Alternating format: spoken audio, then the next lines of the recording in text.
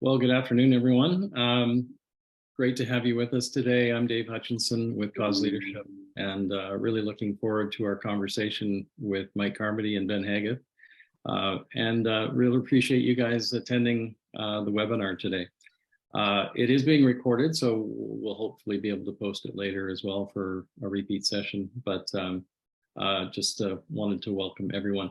So Cause Leadership is celebrating its 40th anniversary, and this is partly why we're doing a lot of these lunch and learns lately. And so we're just looking forward to sharing different, I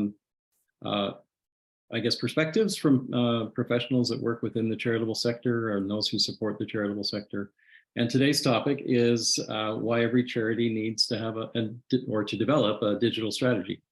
And with that, we've got our guests, Mike Carmody. Mike Carmody is with Compassion International. He's based here in Canada, but works for the US International Organization. Ben is also based here in Toronto, and but works about 70% of his time with US-based charities and 30% of his time with Canadian charities. So both of them kind of bring an international flair to this, and so we're looking forward to hearing some other perspectives from that side. Want to encourage anyone who wants to pose a question to feel free to do so. You can do that in the chat section.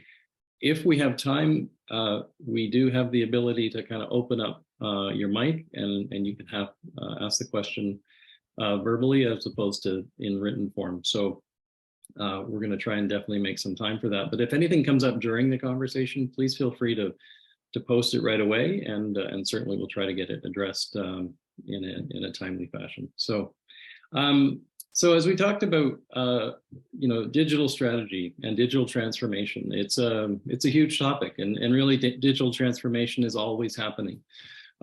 There's an immense number of tools that are being utilized these days. Certainly, marketing communications is affected by it. Revenue generation and fundraising is affected by it.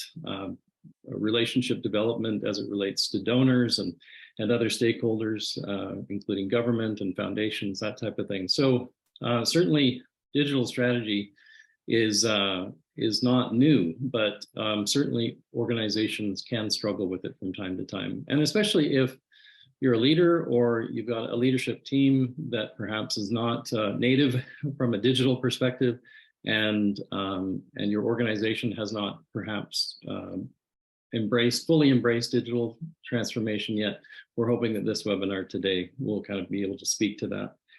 I'm going to give Mike and Ben both a chance to kind of introduce themselves in a bit more detail. But as we go into this from a digital perspective, from a technology perspective, we're focused on you as a leader who has to make decisions for your organization around what strategies you do pursue, who you pursue them with, the kinds of tools that you're going to be using, and the vendors or people that you're going to need on your team in order to carry it out. So that's our focus today. We're not going to deal too much with technical elements, and there are probably many of those, no doubt at all. But we're going to try and leave it at the strategic level as much as we can during our discussion. So Mike, I'm going to ask you just to open it up for a few minutes, give you a chance to introduce yourself, talk a little bit about Mike and his career, but also anything that might, from a personal perspective, be interesting for us to know about. And then we'll pass it over to Ben as well for the same thing. But Mike, maybe take just a few minutes to talk about digital transformation from your experience as a executive leader in the charitable space, somebody who has to make these decisions on a regular basis, and lead a team that makes it happen for your charity. So just open it up to you. Yeah, thanks. And thanks, Dave and Jim, for inviting me into this. This is exciting. And hello, everyone. Yeah, my name's obviously Mike Carmody. I've been in the marketing and digital space in the charitable sector for about 20 years now. So it's been an interesting 20 years. If you think back to what marketing in a charitable sector looked like 20 years ago to today, it's a pretty significant shift. Yeah. I live in Hamilton, just outside of Hamilton, with my wife and 4 kids. They're all teenagers or older, so you can think about me and pray for me at times. That'd be helpful. Yeah, I think that if I think about the space right now and what we're impacted by as leaders, at least from my perspective, over the last number of years, it's this this proliferation of change that we've gone through. I think from a supporter or donor or customer, whatever language, stakeholder perspective, I mean, the myriad of options they have now to give is significant. Everything from local charities around the corner that have popped up, grassroots types of charities, which is awesome and incredible, to larger international charities. There's just so many more options for them. And then that's expanded even more so by the number of channels to which we have the opportunity to engage with people in social media. And it seems like every month there's a new social media channel that's popped up, and some of them survive and some of them don't. I mean, that's a challenge. I think it's been a challenge certainly for us, both at Compassion. I worked at World Vision for a while. I've worked at a few local Canadian charities too. It's just a challenge to know where do you spend your energy and time on, and how do you leverage the resources that you have, whether it's people or time or technology, whatever it is, to test and innovate in those spaces. And what does that mean for us? So I think the scope of change has been the biggest one, I think. And by the way, the donor's mindset has changed. My generation, I'm 50 this year, and the generation before me, our focus a lot was on, well, I'll pick an organization that I like, and I was quite dedicated to that organization. And now, especially the younger generations are a lot more, are spreading their donation dollars around. So to me, that's the biggest impact that we've seen. And it's certainly, we're living it out now. It's exciting, at least I find that challenge exciting, because it allows us to use tech and data to engage in those spaces, but it requires a different mindset organizationally. It certainly requires a different strategy, and it requires different people, different skill sets. And I'm trust we'll probably talk about that a little bit more later. But to me, at a high level, I think that's the reality we're in. Great opportunity, but it requires a strategy that's nimble, agile, pick your word, but also forward moving. Yeah, for sure. Maybe just a question on that, Mike. Digital transformation is just a really broad statement. So where is that getting defined, or how is it getting defined today, from your perspective as a practitioner within the field? Yeah. About 1,000 different ways. That's the reality. Right. Google that and give yourself a couple of days, and then you'll be overloaded on information.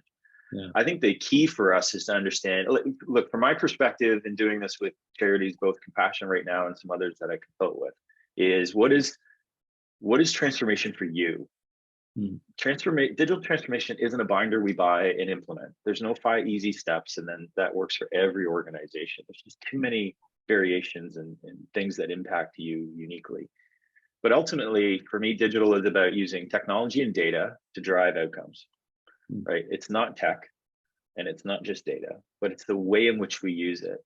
I heard a great quote the other day. They talked about digital in the sense that, gunpowder in warfare. I can't remember the author. If somebody knows, please quote them for me. But before gunpowder, armies would line up in a field with clubs and sticks and go at it. And then, last man standing won. And then there was gunpowder, the invention of gunpowder. And funny enough, they still lined up across from each other in a field and started shooting at each other. And then the last man standing. It really required that technological change required us to think differently about warfare. It's not a great example it's a bit gruesome. But that's it. So that's what we uniquely need to understand is how do we use tech and data in our context, and what does transformation look like for us right now? Yeah. No, that's great. Thanks, Mike. Yeah. Ben, over to you. Give us a quick intro of who Ben is, and then just your sense of where things are at, because you're coming at it from the vendor side, and seeing it on both sides of the border, large and small charities, although I think a lot of them are larger in your clientele. But yeah, just give us your state of the union from your perspective on the software side, particularly.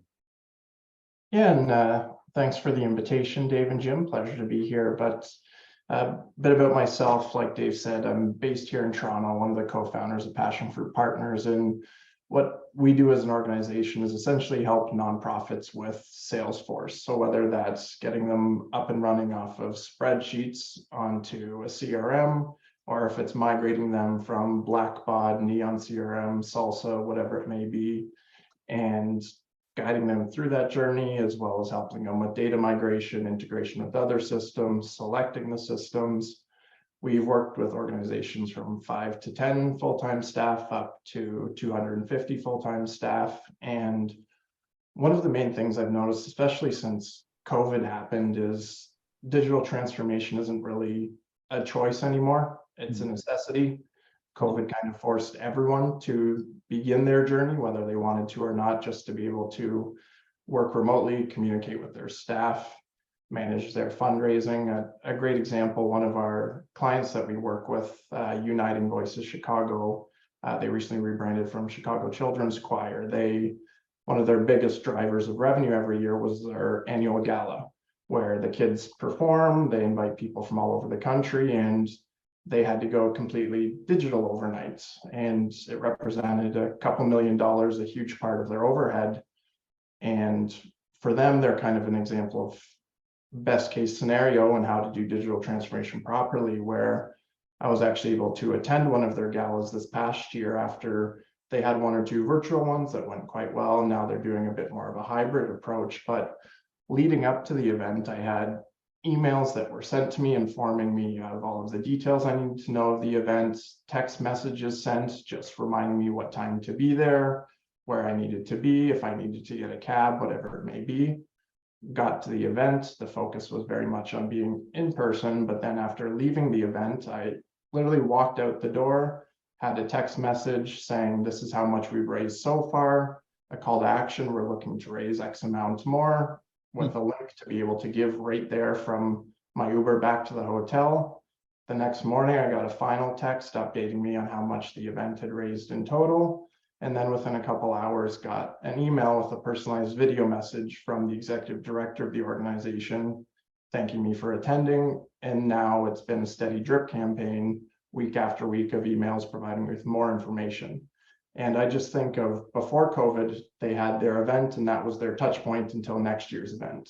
Now, through their digital transformation, they're able to maximize their donor retention and also just the amount of money they're raising, because they're hitting me with probably 2 to 3 touch points a month with value-added information, all because they've gone through this journey. So it's really cool to see when organizations embrace the digital transformation, what they're able to do. And it's also something where I think that oftentimes people get very focused on the specific tools, technology, or systems that they're using. But through all of the implementations that we've run or projects we've been a part of, I've noticed every single time without fail, the biggest driver of whether or not it will be a success is not the budget allocated, the tools chosen, or the vendor they work with. It's the people at the organization.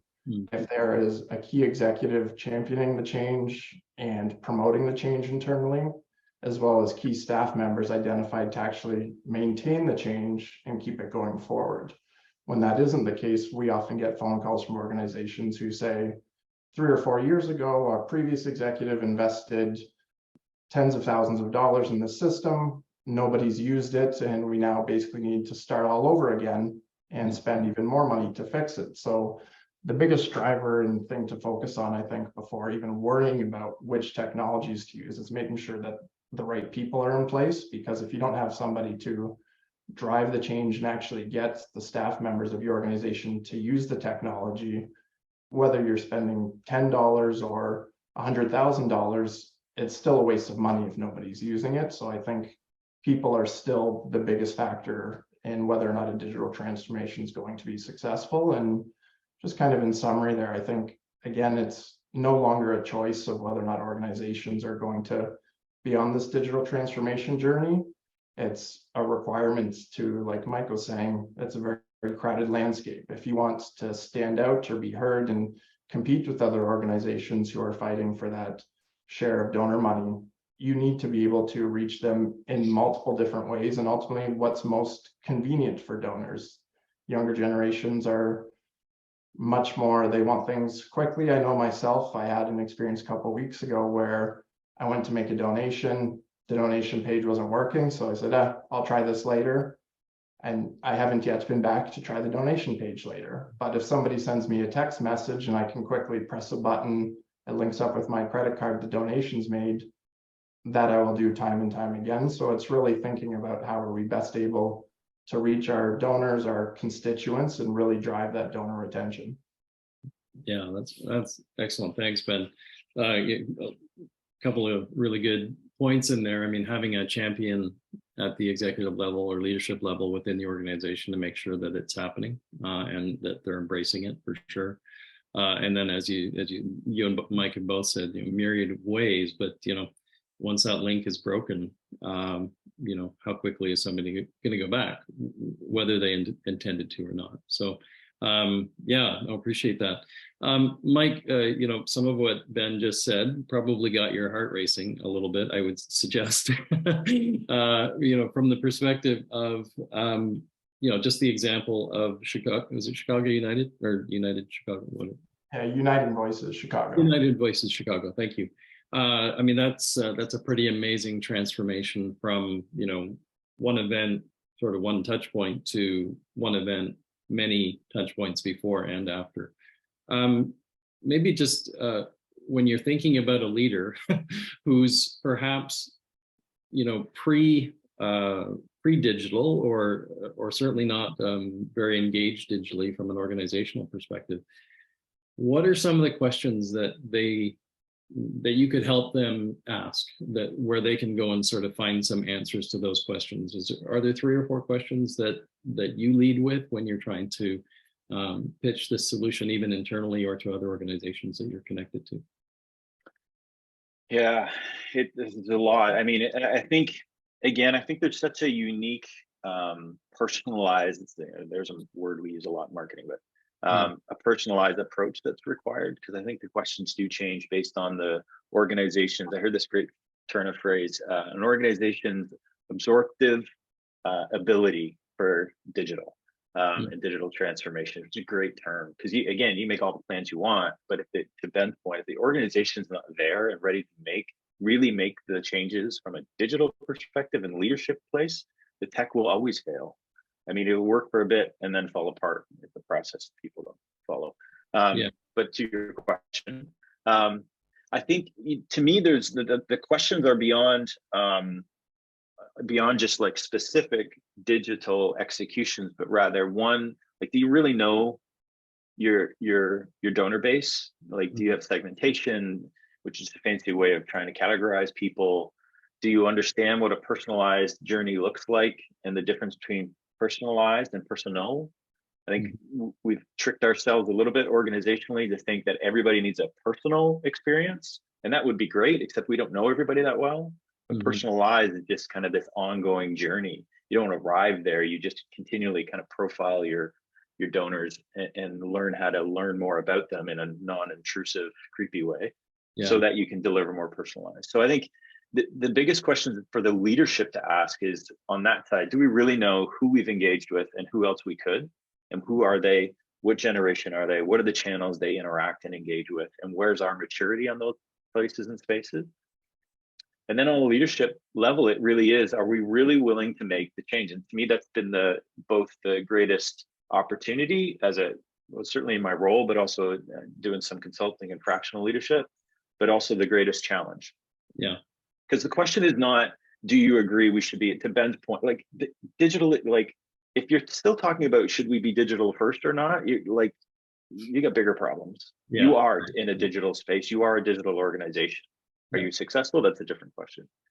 And so do we really have the aptitude for change? And if not, then how do we pace our transformation?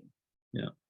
And a lot of organizations, I think, try to turn this on a dime. Like, let's in the next 6 months, and I get it, but there's a longer play so that you're not just successful in the next year and a half, but you're around in the next 5 to 10 years. Yeah. And the trade-offs that you need to make short-term and long-term, which we've always faced as leaders, are amplified in the digital space. The good news is it's not easy, but it's also not insurmountable. But I do think you need, from a leadership perspective, are you willing to, this is where it gets tricky, are you willing to allow external folks to give a different view, a different set of eyes on your aptitude for digital transformation? That sounds extremely self-serving because I just said that I work with organizations fractionally too. Yeah. But outside of that, I do think it's important that, because we get used to what we know what we know, and we lose the ability to really take a full look at the opportunity that we have in the spaces that we're not in. So, leadership teams, certainly at the exec level, who are willing to do that, and then execute on that and create a plan and a path, and understand that it's constantly changing and evolving. Yeah, no, for sure. And great point. I mean, whether you like it or not, we're in a digital environment now, and everyone has to figure out how to work with that. Ben, the questions come up here, and so maybe just as you consider your answer to the question, what questions leaders should be asking, maybe I'm just going to pose this question from Christy. She's at a small company, small charity that does not have a full-time fundraiser and does not have a digital media manager. So what are some of the steps that they could take, from a digital transformation perspective, but more, as important as what are the questions they should be asking now, and what are some things that they could be doing as a small charity to, as Mike said, embrace it, not just for the next 6 months, but for the next 5 to 10 years. Yeah, and I think especially for small organizations, something very important to keep in mind too is that I think progress is much more important than perfection. I see a lot of organizations get caught up on, we need all of our systems to be fully integrated and be running these magical digital campaigns, where oftentimes just moving one step in the right direction is going to be much more important than trying to scope out this massive, expensive, time-consuming project that may not be realistic. Right. And also looking for the right tools and solutions. Our firm specializes in Salesforce, but a conversation I have very often with smaller organizations is Salesforce might not be the fit for you. There are tons of tools out there, Little Green Light, Bloomerang, and a number of others that are significantly more cost effective. You can maintain them yourselves. And something like Salesforce, where our firm wouldn't exist if it was super easy to set up and turn on yourself. So if you don't have the budget to bring in a third-party consultant, it's worth asking yourself, okay, what are we willing to budget? What's actually realistic? And then letting that kind of guide your search for different tools that you're going to be using, because there are a lot out there, and it's not always the biggest, flashiest names, but there are a lot of solutions that serve the market very well. There's an organization in the States called Give Lively, and they actually give donor management tools away for free. There's more and more popping up in Canada, but Give Lively allows you to do SMS functionality to donors, have an online giving page on your website, basic marketing automation for free. So it's definitely getting more creative, and I think realizing that maybe the best-in-class approach, which you'll see online of Blackbot or a Salesforce, may not be the right fit right now from a budget perspective, but also a time perspective. If you adopt a system that you're going to be spending 10, 15 hours a week yourself just trying to add data and maintain it, right? Yeah. Would that 10 or 15 hours be better spent impacting your mission, engaging with your constituents and donors, or managing software? So I think as a smaller organization, you have to think a little more creatively about the tools that you're using. And I think something Mike said really hit home as well, about change and the appetite for change. I saw in a recent Salesforce report, their definition of digital transformation was the integration of digital technology into all areas of the organization, fundamentally changing how the organization operates. And I think it's too easy to get caught up in the specific tools, but not think about the actual change of habits and process that need to go on for this to be successful. Even if you get a shiny new fundraising system, but you're not changing how you're engaging with your donors or reaching out to them, you've just spent a lot of money to do the same thing you were before with a shinier tool. So really thinking, are we prepared to change, and what areas do we need to change? Something I see quite often is just gaining quick efficiencies. People who are using things like paper forms.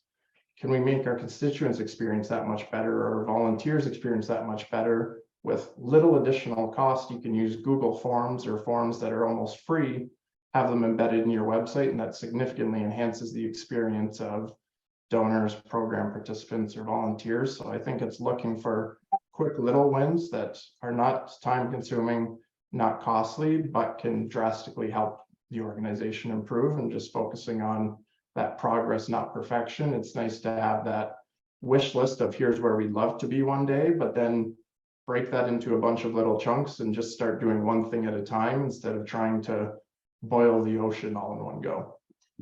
Yeah, for sure. No, that's excellent. Thanks, Ben. I see Mike nodding his head affirmatively, and I'm sure he's done numerous projects along the way, just like that. So Mike, and well, this is actually for both of you, because I'm going to ask it from both sides of your experience. So Mike, you're mostly focused on digital as it relates to marketing and communications. And as we all know, that is often the first touch point that an individual has with a charity, either through the website or through, something that they might see in another format, media-wise, on LinkedIn or Facebook or something like that.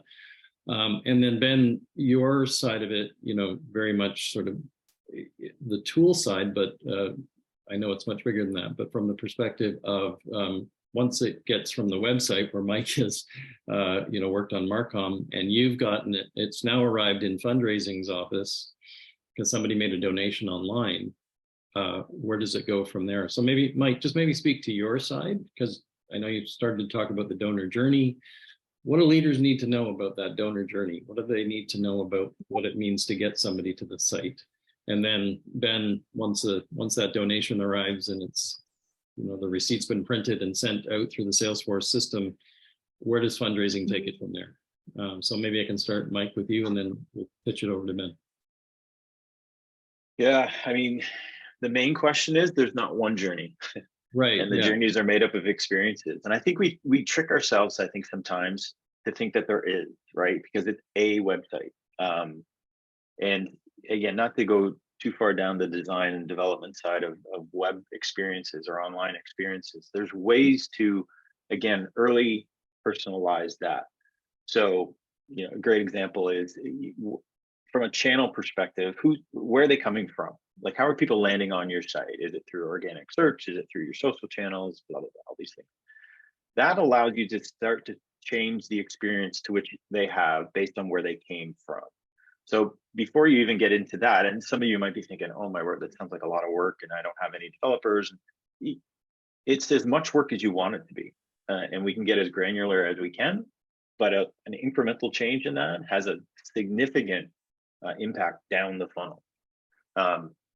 So it's understanding from a data perspective. I think that's the critical question to ask for experience. We often think from a donor journey piece, it's about the call to action and what's the value proposition, how do we prop that up, and those are important. But really, I think it's from a data perspective, how are people getting there right now, and then how can we get more? So Dave, you and I have had this conversation a number of times too. My biggest what I see as the biggest opportunity / my greatest frustration in our space is the lack of full funnel thinking.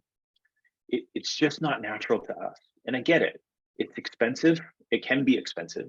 And it seems like a waste of time to think about just driving awareness because we need to get donor dollars, because we have a mission that we're trying to drive. I get that. But in the absence of bringing more people in, literally the well dries up.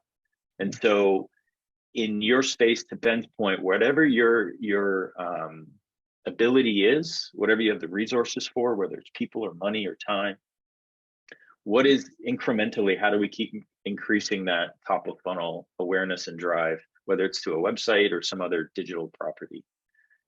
Digital ads are a great example. The whole space from a digital ad perspective is starting to freak out a little bit because it's what they're called third-party cookies are going away. If you've heard about that, Basically, it's the way ads creepily follow you around. And we all find it creepy, but it works. That's why they keep doing it. I bought a drill because we're doing some renovations at home. And it was literally, somebody followed me. I had Googled it. I got another ad. I was ready and I bought it. So it works as much as we feel it's creepy. Now, from a data perspective and regulatory perspective, that's changing for all the right reasons from a security and privacy perspective. So if you're in the e-commerce, if you sell a product, a packaged good, a service, I think you should be a little nervous because it's going to impact your space. But for us, because of our value proposition when it comes to the digital ad space, for example, there's a thing called contextualized advertising, which is what we did 20 years ago. We put our ads, our digital ads on properties as opposed to go follow people. When you think about our process of driving traffic to our sites or to our properties, that makes a lot of sense. So we find like-minded organizations and web properties that are talking about the same kind of things that we care about and that we do. That journey makes a lot more sense in our space than any other industry. It really does. So, long story short, I think that the questions asked from a journey experience or perspective is, number one, how are you getting people right now? Number two, where are the people you want to go show up for? And then number three, what are the right channels and plays that we can use to test that? Because it's really easy to test, not simple, but easy to test in the digital space. Before digital, we had to put out direct mails that cost X dollars, and then it was out, and we couldn't pull it back and test it again. So there's a few elements to that are pretty critical for us to start to engage with. And again, I really want to reinforce Ben's point. Figure out your journey in this, right? You can digitally transform. Your journey will look very different based on who you are, but start to figure out your next steps, that next sprint, if you will, to try to drive some of that journey changes to see some impact. That's a long answer to a short question. No, that's great. Thank you.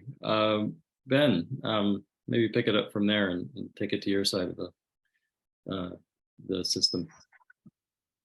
Yeah, and I think one of the key benefits of having a fundraising database, we'll just use as a general term, one of the first things that springs to mind, especially when it comes to people, is staff turnover. It's something that happens quite regularly for every organization in the for-profit or nonprofit sector. And we've worked with lots of organizations who have a key fundraiser leaving or one of their executives leaving, and they have all of their key donors and contacts and all of the historical conversations they've had either in their heads, in their personal email, or on their own notepad. Once they leave the organization, that knowledge oftentimes leaves with them. And something that a database helps prevent, it kind of helps prevent what I call the Bell or Rogers experience. I'm sure everyone's had, where you dial into Rogers for support, somebody asks you 10, 15 different questions, confirming your identity, who you are, passes you on to the next person, and then they proceed to ask you those exact same questions again. And there's no more frustrating experience out there. And it's the same for donors. If you've given your time, you've given your money to this organization, the bare minimum you expect is when you reach out to them, they at least know who you are, know what you've done for the organization in the past. And then on the donation side and fundraising side of things as well, it opens up a lot of opportunities of just being able to run basic reports, like a live bunch report. Who hasn't donated this year but donated last year? That's low-hanging fruits, people we can easily spark a conversation with. They've already identified that they're likely interested in supporting our cause. You're able to run reports and segment donors based on different dollar amounts that they've given. And also, you're able to configure their experience differently. If somebody donates $5 or somebody donates $5,000 to the organization, you may want to have a slightly different follow-up and engage that individual differently. So just by being able to keep track of that information, I think it's a quick, easy win to not only increase funds that you're raising, but also just to make sure that you're retaining your donors and providing them with the best experiences possible without having to do a crazy amount of work or run any sort of complex analytics. Yeah, no, that's excellent. Thanks, Ben. And you were just touching on this. So I think we all recognize that there's a transactional element to fundraising and there's a relationship element to fundraising. And in many cases now, they can't exist one without the other. As you've described, Mike, from a donor journey perspective, where are we finding those people, or how are we creating awareness, and then are we drawing them in? Ben, from the perspective of, we now have that information in our database, who's picking up the phone to call them or visit them, or whatever way the donor wants to be engaged. So in all of this, though, there's talent that drives both the very technical digital parts, the marketing and communication parts, and certainly the follow-up as it relates to fundraisers being face-to-face, hopefully. Certainly, I think a lot of us are ready now for that again after a couple of years away from it. But Mike, first, from a talent perspective, what are the challenges that you find as it relates to finding the people that you need, or competing for the talent against the business marketplace, because it's very similar? And Ben, likewise, what are you finding from a talent perspective, either for yourself or for your clients? Yeah, I mean, talent competition is fierce. It always has been in our space to get good people, get newer, younger people who are more dialed into the younger generation. It's always been fierce, and it's even more so right now. There's just a lot of opportunities for people to go and work, and there's a more transient nature to some of the younger folks. They don't come and stay for 10 years. So I think that there's a reality that we need to face as leaders to that, on how we engage with them while they're here. Of course, we want to try to keep good people, but a recognition that they're often going to move around. And so to be okay with that, and again, to Ben's point, you set up the right processes internally so when you lose people, it doesn't, the place doesn't start on fire. So I think the competition piece is critical. Obviously, we've always dealt with the compensation side. There's a lot of money to be made in the for-profit sector, and while we need to figure out how we can get, I think, closer to that at times, there's also recognition we're never going to be at par, I don't think, and that's okay.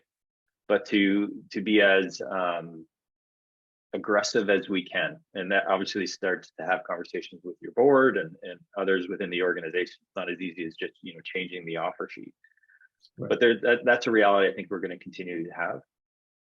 But I think the other element that people are looking for certainly is everything we just talked about. Not that we're the most digitally savvy organization. I don't think anybody's looking for that. Maybe some are, but I think for most part, people want a space or an organization that's actually willing to lean into these places, willing to test, fail fast, learn fast, fail often, learn fast. All those phrases that we talked around are real to the younger set of talent and practitioners, if you will, and contributors. So we have to be willing to truly embrace the journey that we need to go on, and I think that's what they're looking for, more so than being the most digitally savvy organization. And that's critical. And my fear, and again, we've talked about this a lot, my fear is the more, it's going to sound maybe too negative, but the more organizations that say they want to bring in young people and turn out we're not willing to make those changes that we said, I fear we're pushing some of that talent out of our space. Yeah. And so, and that's on us as senior executives and leaders to engage in our own change of heart. And I even go so far as to say, if you're actually not yet ready, work internally before you start bringing some of these younger people on, because we don't want to lose them right out of the sector. Yeah. And that's probably my greatest fear. So yeah, talent's a tough one. I think it is a little more easier at this point to outsource some of the talent needs. Yeah, organizations like Ben's and others. I think that we've shied away a little bit from that in the past. I think because we fear it's going to cost too much money, but I think there's more and more opportunities for that. Fractional leadership, those kinds of things, I think are things that we need to start to dive into a little bit more in order to offset some of those leadership challenges and talent challenges. in order to and to survive and even start our own transformative journey. Yeah, no, that's great. Thanks, Mike. Ben, what are you finding on the talent side?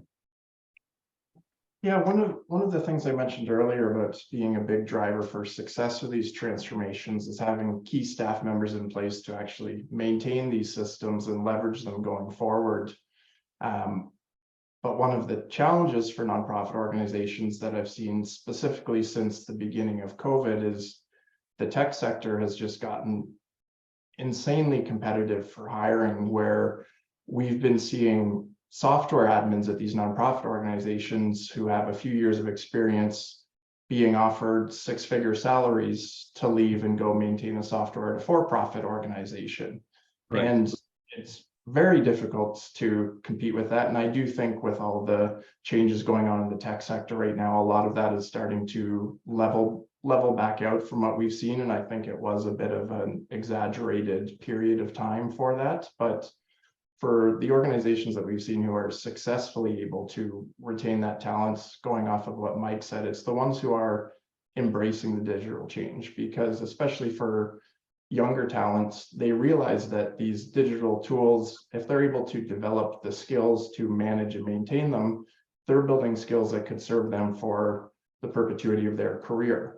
So as an organization, maybe you're not able to offer them the exact same salary, but if you're able to work with younger talent, offer them the opportunity to learn these tools, learn these skills, they're going to take a cut in pay just to have that hands-on experience, because it's contributing back to them, their earning potential, their career potential moving forward, because you're giving them the opportunity to develop these skills with different softwares. So I think if you're not giving them those opportunities, there's a good chance they're going to be looking at organizations who are, because they understand that they're going to need these skills to remain a valued employee moving forward as we become more and more reliant on using different technologies. So I think that pay will always be a difference, a challenge, but there are a lot of young people who care a lot more about the cause and the purpose that they're working for now, I think, than just making the top dollar. So if you're able to give them a bit of both worlds, where you can offer them at least competitive salary, it won't be the same, but also emphasize, we're going to let you take charge on this. We're going to provide you with the resources to learn this and the time to do so. That's something that I'm seeing is really helping organizations actually be able to retain this talent currently, because they're not able to get these experiences in the for-profit sector a lot of times, just due to how competitive it can be as well. Yeah, absolutely. You guys both are bringing up significant points, both the opportunity for experience, but also how do we compensate for that in a very competitive environment, and frankly, how do we find the talent, right, that is ready to come in and participate and contribute to the success of the charity. We're coming up on time here, but Mike, just to ask you a clarifying question. You had mentioned three elements of, I think during your talking about the funnel and contextualized advertising, and you'd given 3 points on that. Do you recall those, and could you repeat them? Oh, ask me to remember my own words. Good challenge. I think it was, correct me if I'm wrong, but I think it was around, from an advertising perspective, you need to know where you're going to go. You need to start with, okay, so where's the traffic coming from right now? Mm-hmm. What do we know about them? And then how do we find more places to meet them? Right. Maybe? I think that might have been it. Either way, this is recorded, so we'll be able There you go. And search through it later. Dave, can I add just quickly one thing? Because I think you said something that's so critical, is our ability to go find the talent. So we have to, as marketers, we need to start marketing ourselves from a talent perspective. I don't think we've done that very well. We've always kind of assumed we'll just do the same thing. And it does require us to think about how we actually go out and market to the people we want to join, not only as donors, but as partners in that. I think it's such a critical element to that. And it's a really good point. Because I think we took that for granted in the past. To step outside of our traditional pathway to engage with potential employees, to find them in different spaces. Yeah, excellent. Good. Okay, well, just to honor everyone's time today, first of all, Mike and Ben both really just appreciate your participation today, for your knowledge, for your expertise in what you do and all that you do for charities. So thank you for that and for being our guest today. Thanks everyone on the webinar for participating today. We just really appreciate that you being with us. We will have our next Lunch and Learn March 28th, so a little bit further away, but March 28th. And we're going to be talking about is the charitable sector facing a talent shortage? So I think we've maybe gotten some answers today, but certainly we'll try to bring that out in a broader context when we gather on the 28th. But I'll pass it over to Jim here as we sort of close down. But thank you, everyone. Yeah, just thank you so much. A few quick things. There's going to be a page as you close out of the webinar that invites you to do a quick feedback survey. It'll take you like 2 minutes, just to help us to have this continuous improvement that Mike and Ben have spoken about, the value of that. So please do that. You'll also receive a follow-up email with the same thing. So either way, just by end of today, if you could return that. And just to let you know, Cause Leadership is a management consultancy that leans into these areas, helps in the area of recruitment, of course, and strategic onboarding and leadership development pipelines and fundraising, consulting, and HR solutions. And so if there are issues like that you have in your organization that we could speak to you about, or even direct you to a great vendor like Ben to be able to help you with that, we would love to do that. So please reach out to us. And great to have you on today. Thank you to all of you. Thanks, Dave, for facilitating, and all of you have participated. Thank you so much. We look forward to seeing you again towards the end of March. Take care. Thanks, everyone. Thanks, everybody. Yeah. Bye-bye.